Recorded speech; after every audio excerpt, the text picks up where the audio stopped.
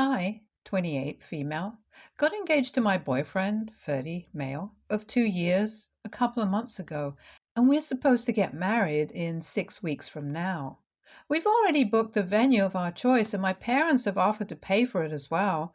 By the end of this week, we were supposed to send out the invitations, but almost 10 ago, my fiance completely blindsided me by saying that he didn't want my parents at the wedding. That just seemed ridiculous to me because I'm on good terms with my parents. And I'm also their only child, so of course they'd want to attend my wedding. Like, my dad was supposed to walk me down the aisle, for God's sake. I asked him why he'd say something like that, and he confessed that his own parents didn't like mine, which is why they told him to make sure my parents didn't attend.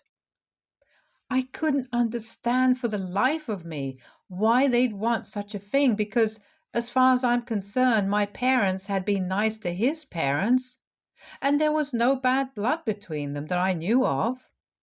But then my fiancé informed me that a few weeks back, when our families had met for dinner, my parents had apparently been really rude to them and they hadn't liked it.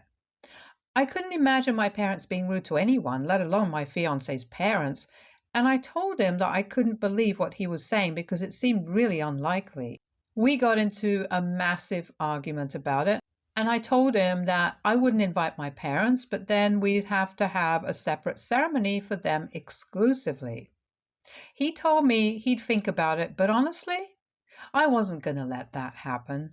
I was just bluffing and wanted to be petty, so the very next day, I sent the bill of the venue to my fiance's parents. Because obviously, if my parents weren't invited to my wedding, then I wouldn't let them pay for anything either. Besides, the people who are so insistent on making sure my parents didn't attend should also be paying for things if they want to be involved in the decision making for the wedding. So far, they haven't offered to contribute a single dollar to the wedding, and everything was being paid for by us. My parents had offered to foot the bill for the venue to make it easier for me, but now my fiance's parents could pay for it since they wanted to be involved. And again, this led to another huge fight between me and my fiance that very evening, since his parents had wasted no time in telling him about how insolent I was. He told me that I had no right to force or guilt trip his parents into paying for anything, and I should apologize to them, but I didn't feel sorry for what I'd done. If they had the audacity to demand that my parents don't attend my wedding, then they should have had the guts to foot the bill for the venue as well. It's their son's wedding too. My fiance and I were having a really tough time dealing with all this and kept fighting for 3 days straight. By the end of the third day, I was so emotionally exhausted that I actually wanted to call off the wedding entirely. There really was no point in getting married when we were fighting so much and were barely even talking to each other. But then he apologized to me for everything on the third night and said that we could still work things out as long as we were willing to stick together, and I appreciated that. His apology made me feel a little less resentful, and I thought that this would fix things. He was even willing to admit that his parents were being weird and couldn't justify what they were demanding since it was a big day for both of us, and we deserved to be happy and have our parents present with us. We'd sort of reached a dead end on that conversation and had no idea what to do next that wouldn't inevitably lead to more drama, so we decided to give it some time. We also decided to avoid fighting over this because that was clearly not helping the situation at hand. I believe that his apology was sincere and didn't feel as angry after, but I was an idiot and should have known that he wouldn't tolerate me trying to insult his parents at any cost. Last night, my fiance informed me that he'd canceled the venue that we'd booked and had decided that we'd have the wedding in our backyard instead. And now that there was no venue to pay for, we didn't need to have my parents at the wedding at all. I was dumbstruck because of several reasons and didn't know where to start. The biggest reason was that I could hardly believe that after being so apologetic for these past few days, he'd suddenly pulled 180 and had gone behind my back and cancelled the venue that we decided upon together without even consulting with me first. And he also believed that my parents paying for the venue was the only reason I wanted them to attend my wedding. I mean, truly, that's the most idiotic thing I've ever heard. Besides, the most fundamental issue with getting married in our backyard was the fact that it just wasn't big enough, and I don't think our landlady would approve of it either. I ended up snapping at him, and yeah, you guessed it, there was another massive argument, but I guess that was the last since there was no turning back from what he did. I told him that I couldn't give less of a damn about what his parents liked, and I didn't need their permission to invite my parents, and that if he didn't make things right, then I was afraid I'd have to cancel the wedding altogether. He didn't seem too fazed by that, and even said that I could go ahead and cancel everything since, after what I'd done, he didn't feel like getting married anyway and had only waited around to get back at me for insulting his parents. The venue had taken a week to confirm the cancellation, and so he'd been waiting around just for that. These past few days had been nothing but an act, and I'd fallen for it. He'd intended for me to get pissed off and call off the wedding, and that was his revenge. All because I'd sent the bill of the venue to his parents. I was devastated that he'd do this to me because that was 2 whole years of my life completely wasted. I packed up my stuff and left that house within an hour or so and landed at my parents' place. I was sobbing really hard because even while I was leaving, he'd made no attempt to stop me and didn't even look like he cared about what was happening. It took me a while to calm down and explain to my parents what was going on because they had no clue, since I hadn't really told them anything. Once I'd finally explained the situation to them, they seemed really upset. They seemed pissed off as well, and I'm sure if I hadn't been in such a state, they would have called my fiancé up and given him a piece of their mind because what he'd done was truly messed up. I don't know why he couldn't just call the wedding off and break up with me the day I sent that bill to his parents if he was that angry. He could have just done so without dragging it all out and making a total fool out of me during these past few weeks. Every time I think about the way I was so blissfully happy and unaware of the fact that our relationship was already over, I just want to throw up because it's just really sickening. I haven't been able to bring myself to eat anything since last night, and neither did I get to sleep properly because I just keep wondering if this could have been avoided. I still do love my fiancé, even though I'm trying really hard not to. But I was with him for 2 years, so it's obviously not that easy to just let go overnight. I don't know if I should blame myself for what happened or not either, and honestly have absolutely no idea if this was actually my fault. I know I'd intended to insult his parents by sending them the bill, but I hadn't imagined that it would end up this way.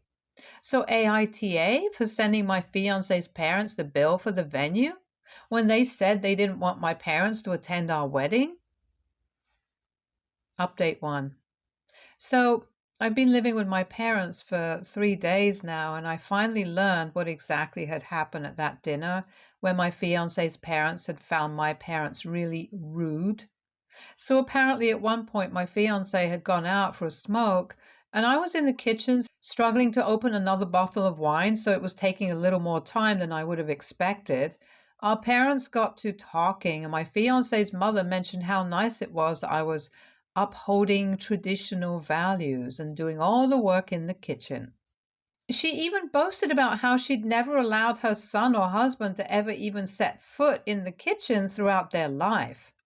My parents ended up actually laughing at this and told her that I was just in the kitchen because I decided to cook that day, but otherwise my fiance and I always take turns.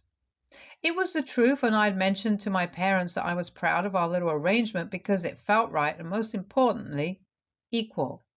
My parents had raised me that way, and I didn't mind my boyfriend cooking for me sometimes, but that didn't sit right with my fiance's parents at all. I don't think my fiance's parents knew that and were pretty taken aback. They tried to tell my parents that they must be mistaken, but my parents insisted that it was true.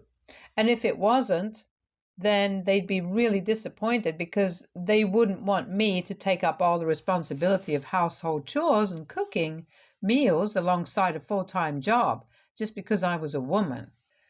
They said that they had different beliefs and would prefer a more balanced marriage where my fiance and I were equals. When my parents said that, my fiance's parents made a face and refused to say anything more. My parents had realized then that they'd been offended by what they'd said, but hadn't thought it was a big enough deal to talk about and spoil my relationship with them before it even began, since at the end of the day, I was marrying my fiance and not his parents. So as long as he was on board with our values, it didn't matter what his parents believed. But now, my parents knew that they'd been wrong and apologized to me for not telling me about this earlier. They'd messed up big time, but honestly, I don't blame them for anything. They were just trying to keep things peaceful, but unfortunately, it happened to backfire. And I don't think them telling me about this earlier would have made much of a difference. If anything, it probably would have been me breaking things off with my fiance even earlier, since his parents sounded pretty sexist and I didn't want to get married into a family like that. His parents had always been civil to me whenever we'd met earlier, but I'm sure that would have changed once we got married. So in a way, what happened was for the best. I'm still upset about everything, but I've accepted the fact that my fiance isn't the right person for me. I'll just have to deal with it. Update 2. Hey guys, first things first, the reason I'd had to move out and not my fiance was because I'd moved into his house first and we used to split the rent, but now he's on his own, so I hope that explains why I chose to leave. Anyway, it's been almost a week since I left, and today I went back to get all my things. I've been avoiding going back to his house like the plague because I didn't want to see him. He hadn't contacted me since that last fight, and I'd given up any hope of reconciliation.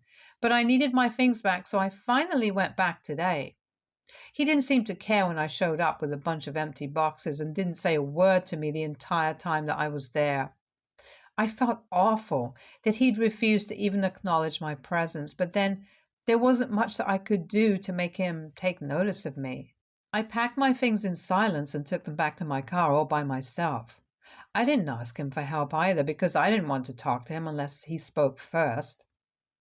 After an hour or so, I was finally done and was really tired as well, so I just wanted to go back to my new home, my parents' place, and unwind. Only when I was about to leave did my fiancé stop to talk to me. It wasn't to apologize, unfortunately, but just to talk about how we'd split the bills for whatever we'd spent on the wedding so far. Fortunately, it wasn't a lot, since there were still several weeks to go, so we decided to split the amount. He'd already calculated it, and I told him that I'd send him the check by the end of this week itself. It was a short and curt conversation, and we didn't beat about the bush. He then wished me luck for the future, which was kind of surprising for me, but I wished him the same and then left. I don't know if his parents knew about the wedding being called off or not, but I'm guessing that they'd be pretty pleased. Now that I know the conversation that had taken place between him and my parents, I am sure that they wouldn't like me splitting the chores with my fiancé after we got married, and that's definitely a non-negotiable for me. I'm not going to be the kind of wife who has a job and also does all the work at home, and that's what my fiancé's parents wanted. Or maybe they wouldn't even be okay with me working after we got married. And if my fiancé is still siding with his parents despite their beliefs, then who's to say that he won't change after we get married? We didn't speak about these things, but these were the things going through my mind when I was driving back home. Maybe this was the closure that I needed. Update 3. Okay, so it's been close to 3 weeks since we broke up, and of course I have to start letting my friends know that we're done. I know I should have done so earlier, but I just didn't have the energy to deal with that. I was still trying to cope with the breakup itself and hadn't spoken to anyone apart from my parents and my coworkers, just because I had to talk to them for work. I'd even been working from home as well to avoid having to interact with anyone at all. I don't know if what I'd done was right or not, but I did what I had to. Anyway, last night I finally got back to all the texts from our friends that had been piling up. My ex-fiancé and I had been to the same college but hadn't been friends back then and only got to know each other a few years ago through social media. We did share a couple of mutual friends though, and one of them happened to be my closest friend. I told all my friends the short version of the story that there were irreconcilable differences, due to which we had to part ways. I used the most formal terms I knew because I didn't want to seem vulnerable in the slightest, lol. But this friend of mine is the only person I trusted enough, and so I ended up telling her about the whole situation. She knew everything about the conversation that our parents had had and how my fiancé had cancelled the booking of the venue just to get back at me. And she was shocked that he was capable of things like these because he had the reputation of being quite the gentleman, and these didn't seem like gentlemanly qualities at all. It felt good to let it all out to a friend because while my parents would support me no matter what, now I knew that I was certainly not in the wrong because then my friend would have told me. The problem now is that my ex is accusing me of trying to ruin his reputation among his friends because my friend told her boyfriend, and now neither of them is speaking to him because of what he'd done. I don't understand how this is my fault because I just shared my side of the story with a friend. I didn't intend on making him look bad, but he'd said and done things that inevitably portrayed him in a bad light, so I don't really think that this is my fault. He believes that I shouldn't have said anything at all, but that's just stupid and impractical because we can't just put something like this off indefinitely. So we're in a bit of a tiff right now, and he's been texting me incessantly to post something that he's written, like celebrities going through divorce do. I'm not willing to post that because A, it makes it seem as if he had no fault at all, and I don't agree with it. And B, I don't think I need to announce my breakup on social media. Our wedding was cancelled before the invitations were sent out, so I don't see the reason to make such a big deal about it. It was going to be super intimate anyway, with only a few friends and relatives. I've already conveyed the news of my breakup to them, so I don't understand why I have to release a statement on social media too.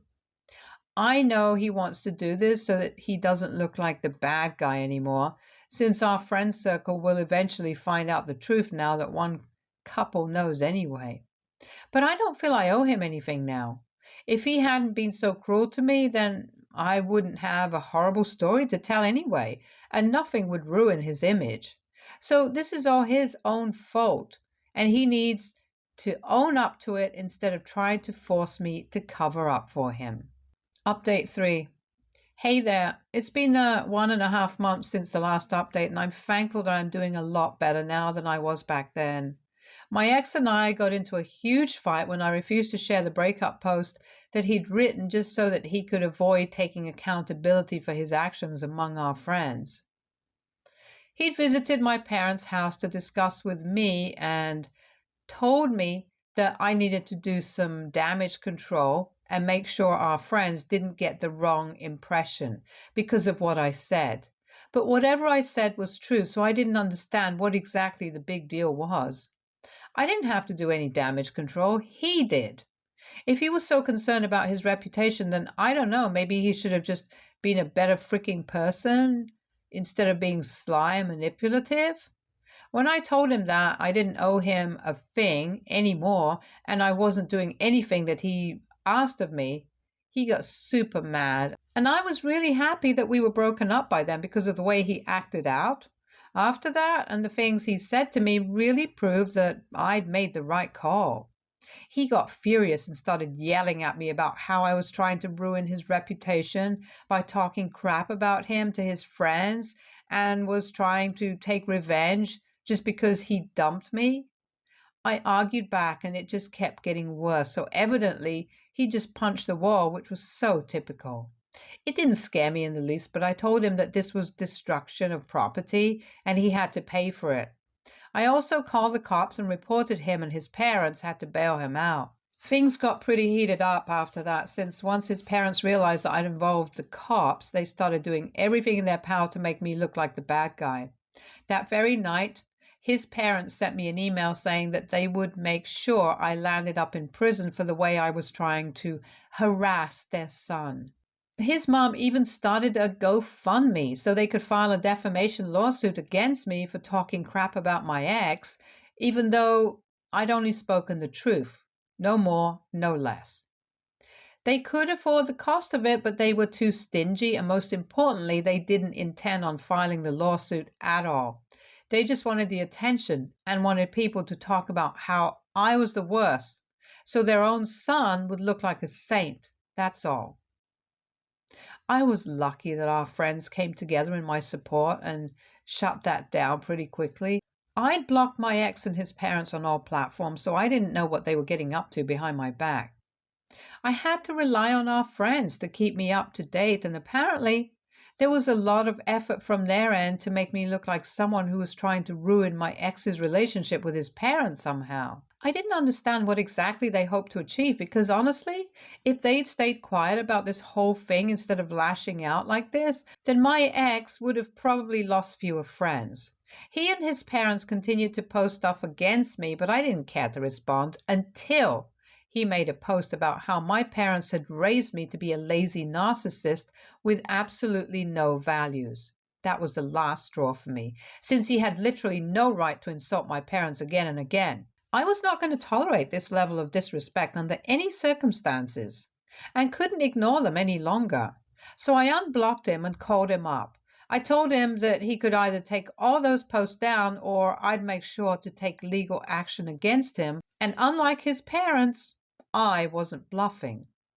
He tried to fight back and seemed unfazed, but I could tell from his voice that he was scared, so he did eventually end up taking that post down along with all others.